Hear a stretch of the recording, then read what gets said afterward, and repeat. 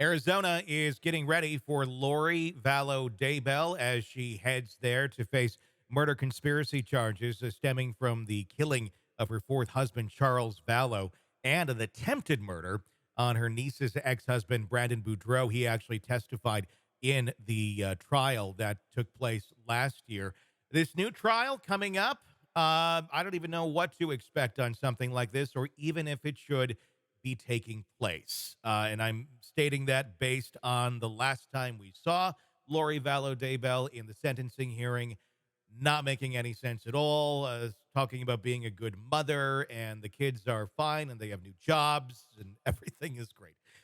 This doesn't seem like someone that is really competent to be standing trial or understanding anything that's going to be happening. And let's just start with that. What are your thoughts on this going forward? Yeah, Lori has left planet Earth. I mean, I think she had, one foot off the ground years ago, but clearly at this point, she is not in reality. And so it makes me think that, again, agree with you, is she competent to even stand trial? Does she understand what reality is? She doesn't seem to. And it, again, would be an interesting trial, but it's just, it's another heartbreaking, Yeah. awful thing, and again, mental illness being the central issue here. It's to me, I feel like we're almost poking the monkey with a stick at this point. I certainly agree that there should be justice for Charles Vallow, um, but at the same point, are you getting justice when the person you're seeking to punish doesn't feel a bit of that punishment, thinks that they are Mhm. doing their intended godly duty and spreading their twisted message to the world?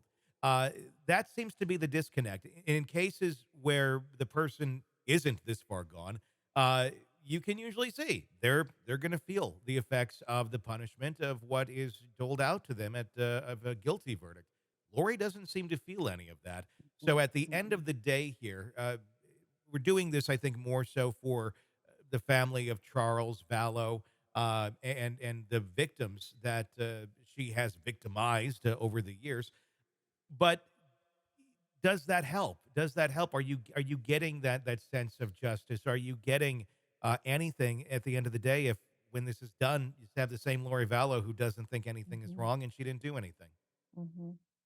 Yeah, it may make the family members feel better just to have, a guilty verdict and have it validated legally. I can imagine that.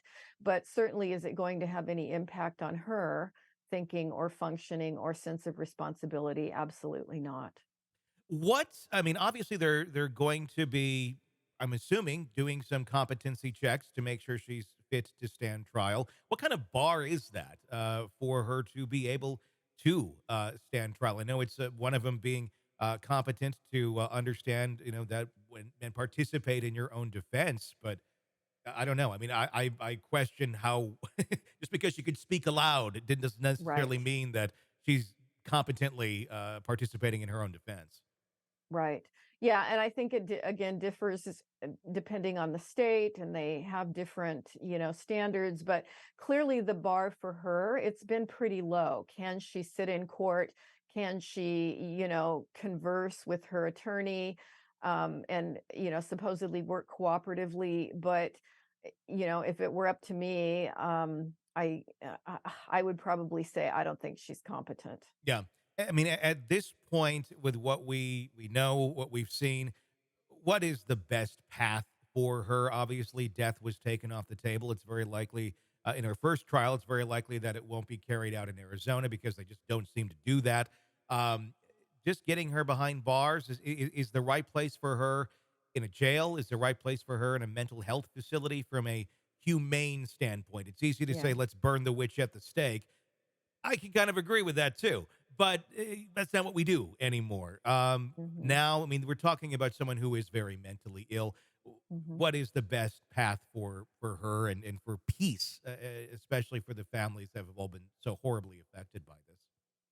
Yeah, I can certainly see an appropriate placement for her being in a forensic mental hospital, which is a locked, very controlled prison-like facility, Mhm. but where there's an emphasis on understanding that people are mentally ill and there is more psychologically focused treatment, which you don't find in prison. Mhm. And that to me, again, if I had the power here, I would say I think that would be the appropriate place for her. She should never be free. She should never walk among us. There's not going to be a real fix for her, but coming at it from a humane standpoint and what would be the best fit considering who she is and her symptoms, I think a forensic mental health life sentence would probably be a good thing. Is there anything that can be learned from Lori Vallow Daybell and her mental state and how she got there or why she got there that could be a benefit to anyone down the road? Or is this just everyone's unique and everyone has a unique chemistry that makes them up, and this is how hers is? Doesn't necessarily mean anyone else will be as well. I think one of the big takeaways from this is that when family members notice someone veering into really strange beliefs, they need to pay attention and they need to take it seriously rather than, oh, she's just a bit eccentric or, oh, she's always been super religious or whatever. Um, if the family had come together and intervened sooner, rather than validating, most of them just validated, her religious crazy Hmm. ideology. I think we need to, again, do a better job of spotting people that are veering into psychosis, as Lori clearly was. Hmm. And there was no one other than poor Charles Vallow trying to confront it. And you look at the resistance he met Yeah. from the relatives. And so I think, again, if people could learn more about what are the signs of psychosis, because sometimes it happens gradually Hmm. and the family members maybe notice, oh, well, they're having some strange symptoms or strange beliefs, but they're still doing okay. They're Hmm. still functioning. She's still, bathing, grooming, cooking, taking care of the kids. So she's not really in trouble. Trouble can be sneaky. Yeah. It can happen gradually. And I hope people have learned a little bit more about mental illness and how many people can function seemingly okay, very superficially, but these paranoid, crazy beliefs really can become dangerous and build over time. Hey, it's Tony Brueski. If you want more of our interview with our guests, be sure to check out our podcast, Hidden Killers with Tony Brueski. Just search that wherever you download podcasts and press subscribe. Also, you can check out our YouTube channel for the full video version of the interviews as well, under the same name, Hidden Killers with Tony Brueski. Check it out, subscribe, binge, and enjoy. Thanks for watching.